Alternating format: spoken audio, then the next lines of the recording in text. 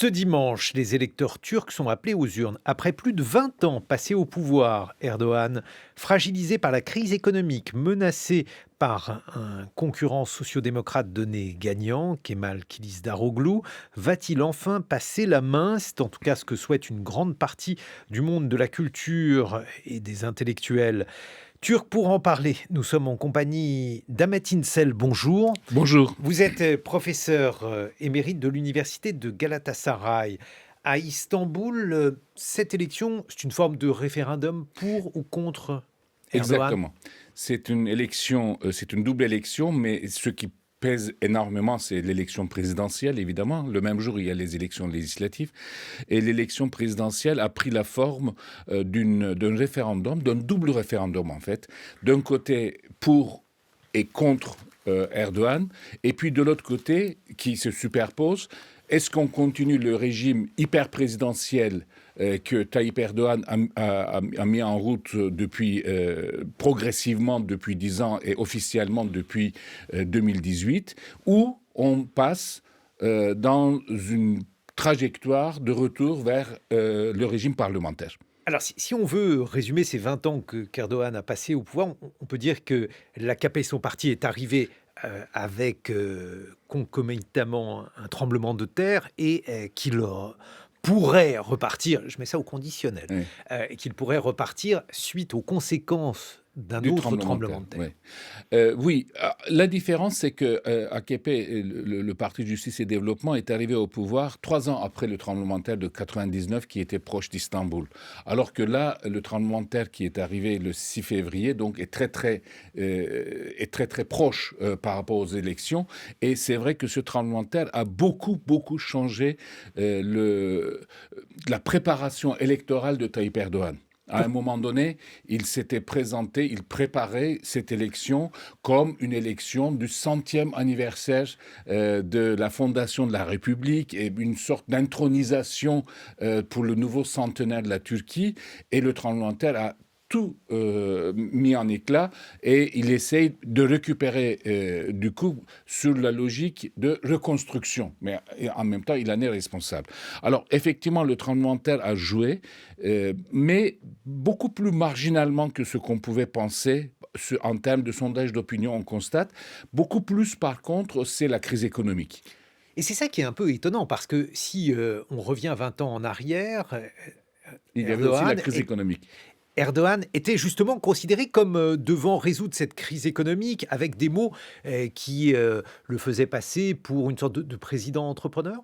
C'est ça, exactement. C'est un président entrepreneur et surtout développementiste. D'ailleurs, le parti, c'est Justice et Développement.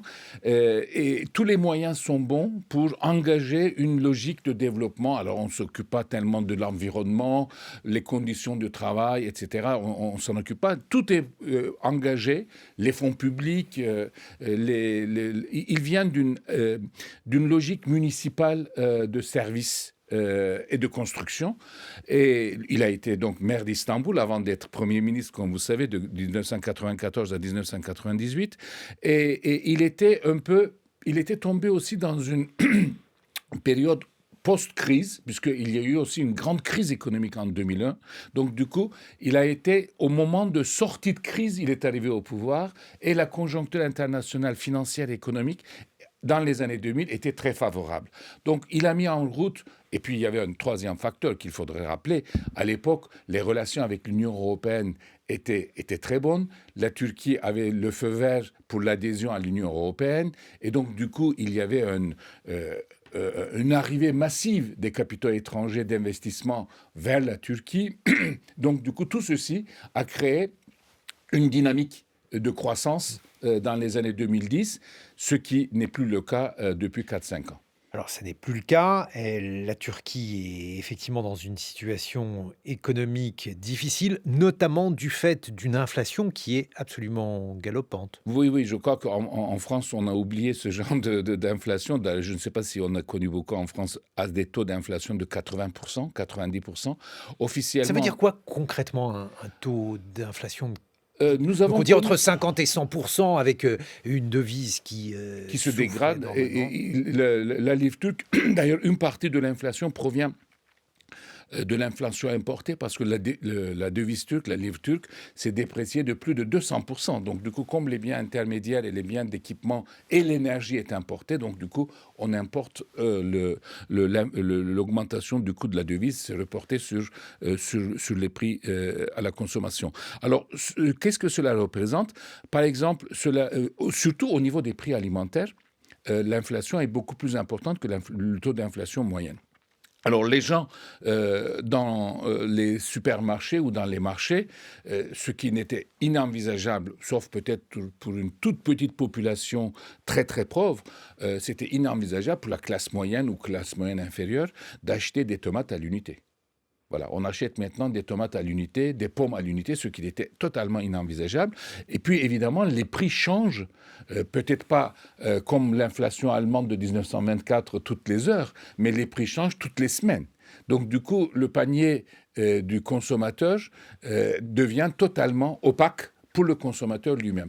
Alors, cette inflation, il essaye de récupérer, Tayyip Erdogan a essayé de récupérer l'effet de l'inflation en augmentant évidemment le SMIC, le salaire minimum, mais qui ne rattrape pas. Avec un taux d'inflation de 80%, quand vous augmentez le salaire minimum de 50-60%, 2 mois après, 3 mois après, ce que vous avez gagné comme pouvoir d'achat, vous le perdez. Et puis, les salaires moyens n'augmentent pas non plus. Donc, du coup, il y a effectivement un appauvrissement et une augmentation, surtout une augmentation des inégalités. Donc ça, c'est au passif du président actuel Voilà. Erdogan. J'ai dit donc qu'il s'agissait d'une forme de référendum. Son opposant, Kilis Daroglu, qui réussit à coaliser pratiquement tous les opposants à Erdogan, est peu connu en France.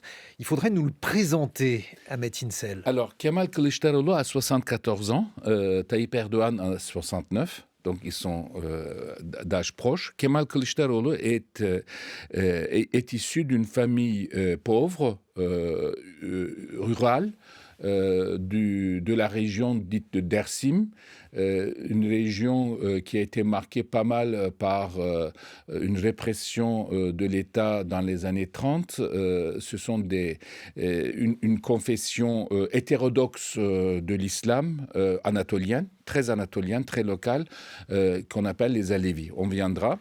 Alors justement, il a fait une vidéo qui a eu beaucoup d'écho à ce sujet. On va en entendre un extrait. Sur les réseaux sociaux, Kemal Kılıçdaroğlu a pour la première fois parlé de son appartenance à la communauté Alevi, une minorité religieuse en Turquie, victime de discrimination et parfois de violence. Je suis Alevi. Je suis un musulman sincère, élevé dans la foi du prophète Mahomet et d'Ali. Nos identités font notre force et ce que nous sommes. Une sortie qui n'est pas passée inaperçue, avec plus de 100 millions de vues sur les réseaux sociaux depuis la semaine dernière. Kılıçdaroğlu n'avait jamais caché ses origines alevis, mais sa décision d'en parler publiquement brise un tabou. Elle est perçue comme un appel à la tolérance. Cette saillie contraste avec Recep Tayyip Erdogan, qui lui s'appuie sur les sunnites les plus conservateurs. Dimanche, le président turc a accusé son rival d'exploiter les différences ethniques et religieuses du pays. Personne ne t'a demandé quoi que ce soit sur ta secte ou tes croyances. Personne n'a rien dit contre ces identités dont tu te réclames. Alors pourquoi ressens-tu soudainement le besoin de te présenter devant le peuple avec ton identité sectaire à l'âge de 74 ans? L'extrait d'un reportage de France 24. Ahmet İnsel, les Alevis, qui constituent 15 à 20% de la population turque, sont l'une des clés, j'ai dit l'une, de la popularité de Kilis Daroglu. Oui, ces Alevis, la grande majorité, la très très grande majorité des Alevis, traditionnellement depuis maintenant 20-30 ans, depuis que AKP est au pouvoir, votent le Parti social-démocrate ou les partis de gauche. Et donc du coup, la base électorale du Parti républicain du peuple était basée sur le vote laïque, mais aussi Alevi. Kemal Kılıçdaroğlu a permis de dépasser cette polarisation que Tayyip Erdogan, contrairement à ce qu'il vient de dire maintenant, a joué beaucoup pour gagner les élections en permanence, de jouer la carte les sunnites contre les alévites, puisque les alévites demandent une reconnaissance de leur différence identitaire religieuse. Et leur revendication principale, c'est que leur lieu de culte soit reconnu comme lieu de culte officiellement et non pas comme centre culturel. C'est ça. Et puis pour la majorité sunnite, cette revendication est inadmissible puisque c'est un chiisme. Et pour continuer dans la mosaïque turque, la question kurde, il y a d'ailleurs des alévites qui kurdes. sont... Et de la région où il est né, de Dersim particulièrement, il y a des alévites kurdes. Ils sont minoritaires dans les Kurdes, mais il y a des alévites kurdes. Et il y a donc les Kurdes représentent aussi à peu près 20% de la population. Évidemment, avec les Alévis, il y a des chevauchements. Et les Kurdes sont dans leur grande majorité sunnite. Et les Kurdes revendiquent aussi leur reconnaissance de leur identité, cette fois-ci sur la question de la langue. Ils ont une revendication pour que la langue kurde soit reconnue officiellement comme une langue locale. Et essentiellement, ils demandent une possibilité d'enseignement en langue maternelle. Et les Kurdes, aujourd'hui, appellent à voter massivement pour Kemal Kılıçdaroğlu. Le parti pro-kurde de gauche, le Parti démocratique des peuples, pour la première fois, a décidé de ne pas présenter de candidat à l'élection présidentielle. Donc, du coup, derrière Kemal Kılıçdaroğlu, et ça, c'est aussi une première dans l'histoire contemporaine de la Turquie, politique de la Turquie, il y a pour la première fois une coalition qui va de la droite islamiste qui s'oppose à AKP, la droite nationaliste, la droite libérale, le Parti social-démocrate, la gauche turque dans toute sa diversité et les Kurdes. Donc là, pour la première fois en face de Tayyip Erdogan, et c'est peut-être ça qui va faire en sorte qu'il perde les élections le 14 mai ou au second tour le 28 mai, c'est pour la première fois une palette qui dépasse la polarisation ethnique, culturelle ou confessionnelle. Toujours dans cette élection, il y a la personnalité donc des deux principaux protagonistes, celle d'Erdogan, qui est considéré comme étant flamboyant, peut-être colérique, et celle de Kılıçdaroğlu. Alors sa femme dit qu'elle ne l'a jamais vu en colère. Oui, Kılıçdaroğlu, vraiment, c'est quelqu'un comme personnage, et vous avez raison d'opposer. D'abord, en termes de personnalité, je crois que ce sont des personnalités diamétralement opposées. Autant Tayyip Erdogan est sanguinaire et colérique, il injurie, il crie, il menace, etc. Et puis c'est un homme politique, une bête politique d'une certaine manière. Autant que Kılıçdaroğlu n'a pas ce passé politique. Tayyip Erdogan est tombé dans le politique dès sa jeunesse. Il était tout le temps dans les organisations politiques de l'islam politique. Kemal Kılıçdaroğlu était un fonctionnaire du ministère des Finances. Il a dirigé la direction de la sécurité sociale. Et après, en 2002, simplement, il est devenu député. Et il est devenu président du parti en 2010. D'autre part, Kemal Kılıçdaroğlu est vraiment... Vous savez que peut-être... nos auditeurs l'ont lu dans certains journaux. Depuis 5-6 ans, son surnom populaire, c'est le Gandhi turc. Et pourquoi Gandhi turc ? Parce qu'il a fait une longue marche tout seul de Ankara à Istanbul. À son âge, c'est pas facile, qui fait 450-500 kilomètres, pour demander la justice et surtout pour demander l'état de droit. Et donc, aujourd'hui, il est perçu comme quelqu'un qui va amener un peu de calme, de sérénité, de la quiétude. D'ailleurs, pour la France, ça rappelle il y a 30 ans, on l'utilise un peu comme slogan « La force tranquille ». Est-on certain que ces élections vont se dérouler de manière honnête aujourd'hui ? Nous espérons. Les partis politiques d'opposition sont très mobilisés. Le système électoral en Turquie est un système solide. ce n'est pas des machines, etc., c'est du papier. Non seulement les partis politiques d'opposition sont très mobilisés, mais aussi la société civile aussi. Il y a des associations spécifiquement organisées pour devenir scrutateurs, observateurs, etc. Et vous savez, cette fameuse appareil iPhone ou les similaires, c'est-à-dire des téléphones portables, est devenu un outil de la démocratie parce que dans chaque bureau de vote, les observateurs des partis politiques prennent la photo du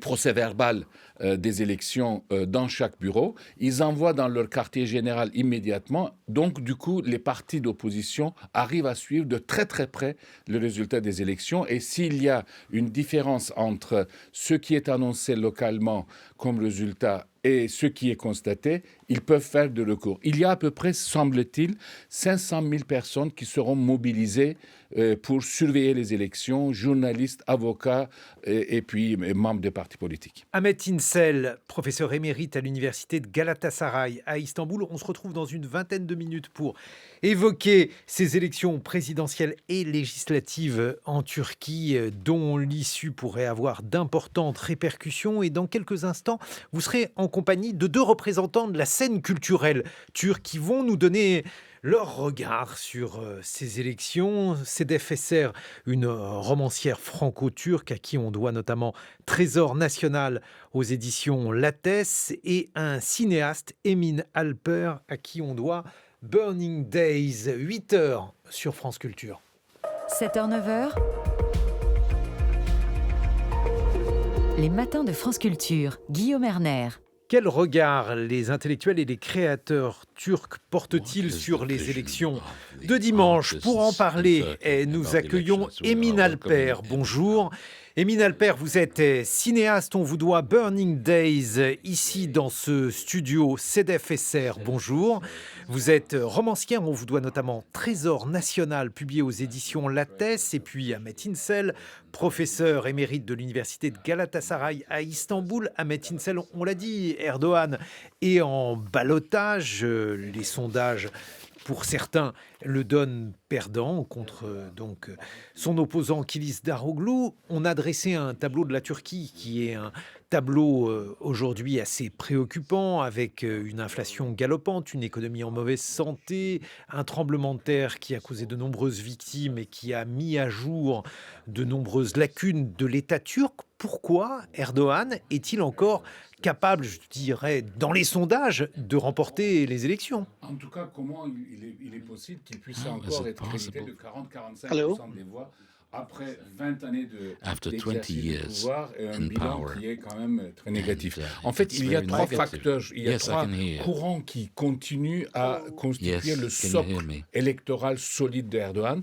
Il y a d'abord le courant musulman, il y a le courant islamiste, et deuxièmement le courant nationaliste, et puis troisièmement, c'est une demande d'hommes forts, de se mettre derrière un homme fort, qui est un peu l'autoritarisme de base qui se manifeste dans cette attente de quelqu'un avec des biceps qui crie, etc.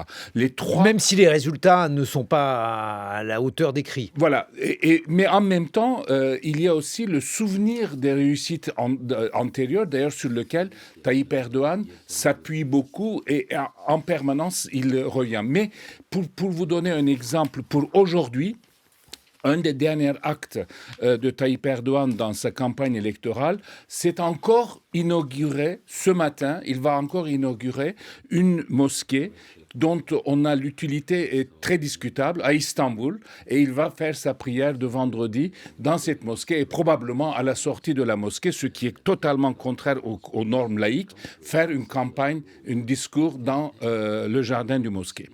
Sedef Eser, vous êtes romancière franco-turque. Les questions autour de la Turquie traversent votre œuvre, et notamment votre dernier livre, Trésor Nation, publié aux éditions Lattès. Quel regard portez-vous sur ces 20 ans d'Erdogan au pouvoir ? Sur ces 20 ans, vaste question. Vous savez, je vais vous répondre depuis l'endroit de quelqu'un qui crée des fictions. Et l'autre jour, on en parlait avec des amis, eux, des copines. Et on était en train de dire, on est comme, vous savez, il y a beaucoup de féminicides en Turquie, comme en France, mais beaucoup plus. Je suis très mauvaise avec les chiffres et j'aurais dû vous dire le nombre, peut-être que Ahmed le sait. Mais en tout cas, on se disait, c'est comme une femme qui est depuis 20 ans avec un homme violent, menteur, qui le tabasse tous les jours, une femme qui a perdu toute confiance en elle. Et soudain, il y a un autre homme qui lui donne confiance. Voilà, pour la première fois, depuis très longtemps, on sent qu'il y a un espoir de reprendre confiance, de se dire qu'en fait, on n'est pas quelqu'un de sans valeur. Soudain, je reconnais mon pays. Je reconnais tous ces gens qui me ressemblent, qui sont dans l'humour, dans la joie, dans une envie de vivre dans un pays démocratique. Voilà, il y a quelque chose, une joie de vivre qui revient. Dans votre roman Trésor Nation, CDFSR, vous insistez beaucoup sur la dualité de la Turquie. Quelle est cette dualité selon vous? Quelle est justement la nature complexe de la société turque aujourd'hui? Alors, dualité, bon, évidemment, je ne suis pas dans le bien et le mal absolu, mais la société turque est quand même très clivée depuis quelques années. Et d'ailleurs, je me dis qu'en France, on devrait peut-être plus regarder la Turquie, qui vit des choses qui se passent en France depuis assez longtemps. Cette polarisation de la société, nous, on a commencé à vivre cela depuis une vingtaine d'années. Et cette dualité-là, c'est vrai que les gens, nous, comme on dit, des deux quartiers, ne se reconnaissent plus. Ils se reconnaissent plus. Et il y a eu des périodes où ces deux parties de la société se sont retrouvées. Et il est possible, je pense, enfin cette cohabitation en tout cas est possible. Mais bon, il nous faut quand même, pour ce faire, un pouvoir qui ne ment pas, qui n'est pas dans des menaces, qui n'est pas tout le temps en train de crier et faire du chantage d'un côté à l'Europe. Parce que j'ai l'impression que toute leur politique est fondée sur du chantage et de la menace. Donc, et la corruption, bien sûr. Et donc, si on pourra sortir de tout cela, peut-être qu'on pourra rejoindre ces valeurs universelles, justement. Et puis nous sommes en duplex avec le cinéaste Emin Alper. Emin Alper, on vous doit Burning Days. Ce film est passé par la Berlinale, la Mostra de Venise ou dernièrement par le Festival de Cannes. Et vous avez récemment déclaré qu'un nouveau mandat du président Erdogan serait, je vous cite, un désastre total. Expliquez-nous pourquoi. Yes, I think this is our last chance. Oui, je pense que c'est notre dernier espoir. C'est l'élection la plus critique de l'histoire de la République turque parce qu'au cours des dernières années, après le coup avorté, le coup d'État avorté, nous avons perdu la plus grande partie de notre liberté, nous avons perdu la liberté de la presse, nous avons très peu de choses qui restent de la démocratie. Et donc, si nous perdons cette élection-ci, si l'opposition perd cette élection, je pense que la Turquie sera devenue une dictature totale. Une dictature totale, mais une chance persiste. Kilis Daroglu, autrement dit l'opposant à Erdogan, est-ce un choix par défaut? Est-ce véritablement un candidat qui vous paraît être un candidat de valeur, indépendamment donc de son opposition à Erdogan? You mean the candidate of opposition? Le candidat de l'opposition? Yes.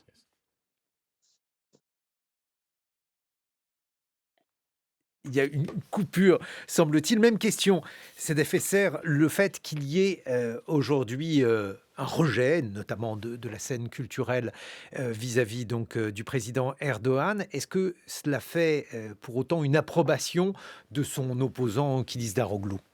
On verra, mais pour l'instant, moi je vois... Dans vos yeux, je parle de vous. Qu'en pensez-vous? On verra. C'est-à-dire qu'en fait, ce que je vois aujourd'hui, c'est que... C'est un soutien à minima.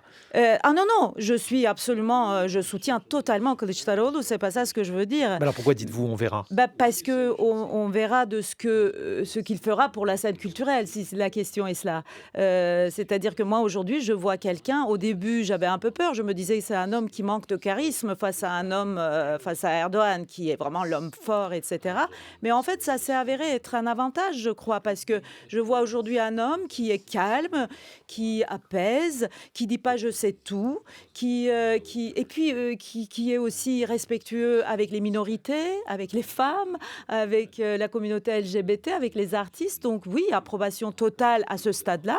Et puis après, on verra ce qu'ils feront pour les artistes. Ahmet İnsel, vous opinez du chef. D'abord, Kılıçdaroğlu s'est engagé à sortir du régime présidentiel. Et cette sortie ne va pas être très rapide puisqu'il faut changer la constitution. Et pour bien marquer cette sortie, il a donné la possibilité à tous les chefs de parti qui font la coalition d'être avec lui dans une sorte de conseil de la présidence. Déjà, le fait que nous n'ayons pas un seul homme qui décide de tout, ça va être un moment important. Et puis deuxièmement, je crois que ça va aussi être décisif. On en parle un peu moins, évidemment, mais les élections législatives, les résultats des élections législatives vont être décisifs puisque dans ces élections législatives, nous espérons que le parti au pouvoir va aussi perdre la majorité et que Kılıçdaroğlu va avoir l'appui d'une droite libérale, mais aussi de la gauche, du mouvement kurde, de la gauche. Et cette dynamique-là pourrait évidemment, au niveau culturel,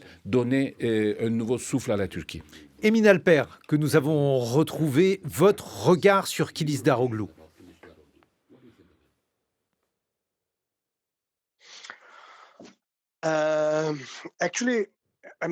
En fait,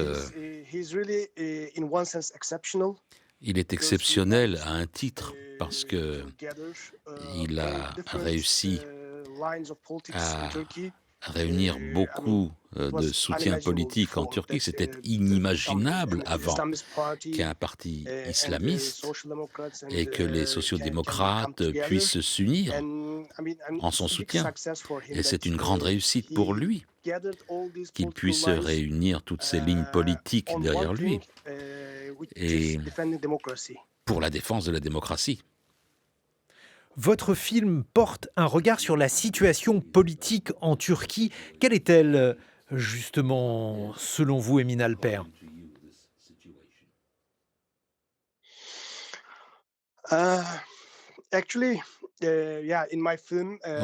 Dans mon film, je voulais dépeindre le sentiment d'isolement et intellectuel dans lequel ce mouvement autoritaire, dictatorial nous a placés.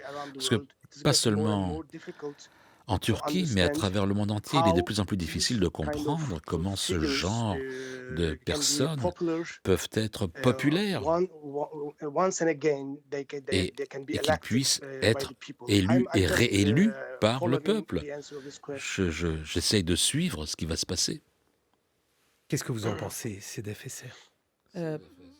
Écoutez, moi je pense que de toute façon, les gens ont bien vu que l'islam politique n'avait pas grand-chose à proposer, vraiment, à part des mensonges. Aujourd'hui, tout ce que je vois, toute cette campagne a été fondée sur le mensonge du côté du pouvoir. Donc, lesquels, par exemple? Quels sont les mensonges? Toutes sortes des montages vidéo, des paroles, les faits qui ont été détournés, et puis évidemment toute cette corruption. En fait, tout est fondé sur le mensonge. À un moment donné, il faut que c'est comme si, vous savez, vous étiez dans une maison, mais les fondations ne sont pas bonnes, donc ça va s'écrouler à un moment donné. C'est en train de s'écrouler. Je vais donner un exemple pour Sedef, pour de mensonges.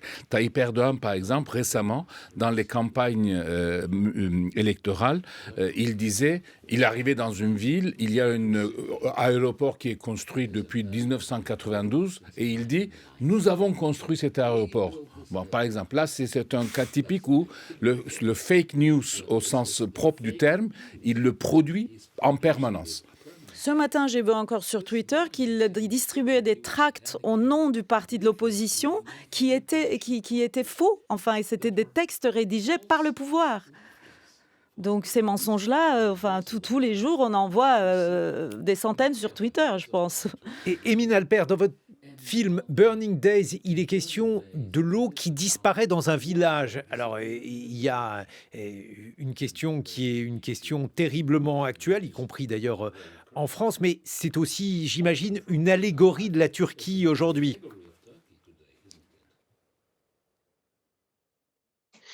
Yes, actually, I mean, the water Oui. issue is also an allegory. Le problème de l'eau, c'est une allégorie, bien sûr. C'est une des réponses que je peux donner. Pourquoi est-ce que ces dictateurs sont tellement populaires? Parce qu'ils réussissent à servir des intérêts à court terme des gens. Mais d'ordinaire, ces intérêts peuvent être très nocifs à long terme. Et pour ces gens-là, ils donnent immédiatement aux gens ce qu'ils veulent. Et c'est ça qui les rend populaires. La question de l'eau, c'est une métaphore pour ce genre de situation politique. Le tremblement de terre de 6 février, c'est exactement l'allégorie de Emin Alpert. Le tremblement de terre de 6 février, c'est les autorisations données par le pouvoir sur des immeubles, constructions illégales sur des failles et qui sont effondrées. Mais effectivement, les gens en demandaient. Donc du coup, l'autorité par le haut et la demande par le bas se retrouvent. Et là, nous sommes dans une logique de corruption et de népotisme. Mais en même temps, le prix à payer à long terme est pour toute la population. C'était Fesser, le fait que vous évoquiez en tant que romancière la situation en Turquie, vous êtes franco-turc, on vient d'entendre votre compatriote Emin Alpert. Est-ce que ça signifie que la société turque est encore libre de parler, que les créateurs peuvent s'exprimer ? Eh bien, il y avait une peur qui était contagieuse jusqu'à il y a quelques semaines. Et là, il y a un courage qui est contagieux. Et les gens parlent, oui, bien sûr, ils ont très envie de parler. Ça fait très... Et puis, j'avais beaucoup d'amis artistes qui avaient... Et ça se comprend, qui avaient peur pour leurs proches, pour eux-mêmes. Donc, ils ne s'exprimaient pas si librement que ça, qui ont commencé vraiment... Parce que, comme disait tout à l'heure Emin, c'est vraiment la dernière chance. Et pour l'Occident aussi, pour le monde aussi, je pense. Je n'exagère pas, je crois, enfin je ne suis pas politologue, je suis à côté d'un politologue important. Ahmed, je ne sais pas ce que vous en pensez, mais je crois que c'est vraiment important pour le Moyen-Orient, pour l'Europe, pour l'Occident aussi. On va y revenir. Et Emin Alpert, sur la situation aujourd'hui des intellectuels et des créateurs en Turquie, est-ce que vous avez le sentiment que ceux-ci, à nouveau, parlent, surmontent leur peur ?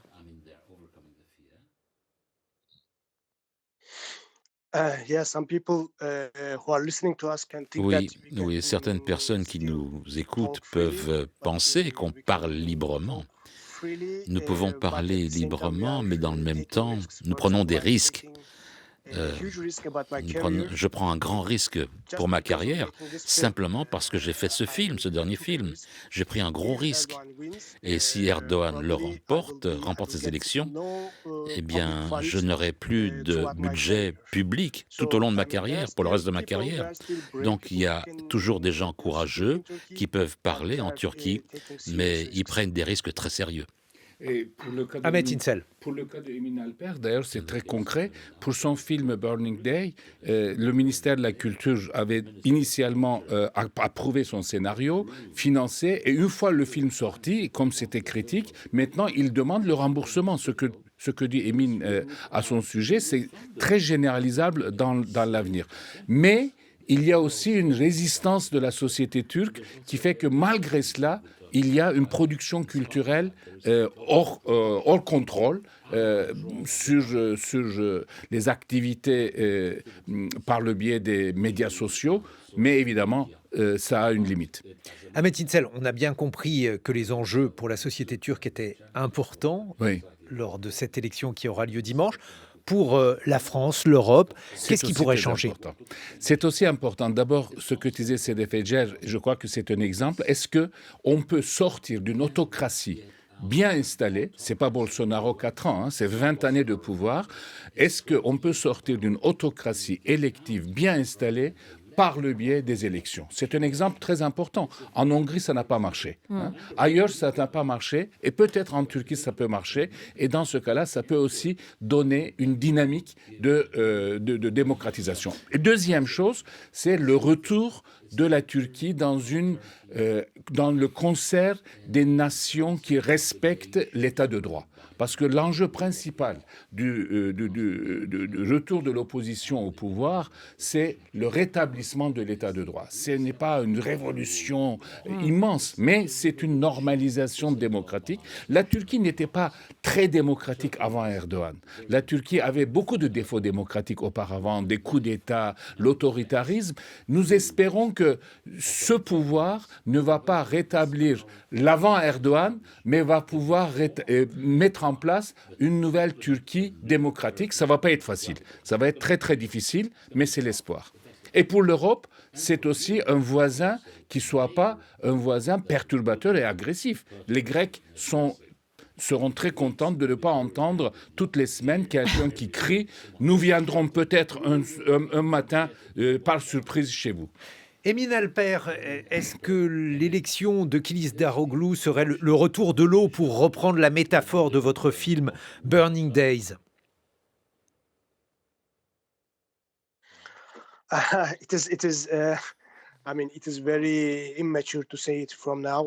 serait très immature de ma part de dire oui, parce que, comme il vient d'être dit, la Turquie, avant Erdogan, n'était pas une véritable démocratie. Mais au moins, cette atmosphère suffocante sera dispersée et la Turquie sera à nouveau une demi-démocratie, mais plus une dictature, je peux le dire avec sûreté, mais il faut voir et nous continuerons la lutte. Cédef Esser, quels sont les vœux qu'on peut former à la veille de ce scrutin? Se débarrasser de ce régime répressif, bien sûr, avoir à nouveau, parce que c'était pas une démocratie totalement la Turquie, mais il y avait des institutions auxquelles on faisait confiance. Ça, on va le voir aussi dans la manière dont les élections vont se dérouler. Absolument. Je fais confiance je les appelle les gardiens d'urnes qui sont là, qui les gardent vraiment. Et petit à petit, retour à une vie normale, oui, penser les blessures et revenir. Et pour cela, par contre, je suis très confiante sur l'honnêteté de l'opposition. Je pense qu'il va y avoir des luttes internes, certainement, mais sur l'honnêteté, je n'ai pas tellement de doutes aujourd'hui. Le dernier mot, Ahmet Insel. Le slogan de l'opposition, un peu, c'est le slogan de Brésil lors des élections, c'est « D'abord, il faut arrêter la descente aux enfers. Fermons la porte de la descente aux enfers. » Et à partir de là, nous espérons qu'il y a une dynamique sociale, dynamique politique, dynamique démocratique. C'est aussi à la société et aux forces politiques de rétablir une nouvelle Turquie démocratique. Mais nous sommes obligés de s'engager à la sortie de Erdogan pour que nos enfants puissent vivre dans un pays vivable. Parce que sinon, pour l'Europe, je dirais, on a peur des migrants qui sont en Turquie, les migrants syriens. Si Erdogan reste au pouvoir, les Européens aussi auront beaucoup de Turcs qui quitteront la Turquie et ils vont avoir des problèmes de Turcs devant leur porte. Ahmet Insel, professeur émérite à l'université de Galatasaray. Merci Cédef Esser. Votre livre Trésor national est aux éditions Lattès. Emin Alper, on peut voir votre film Burning Days et vous étiez évidemment traduit ici même par Maître Zlotowski.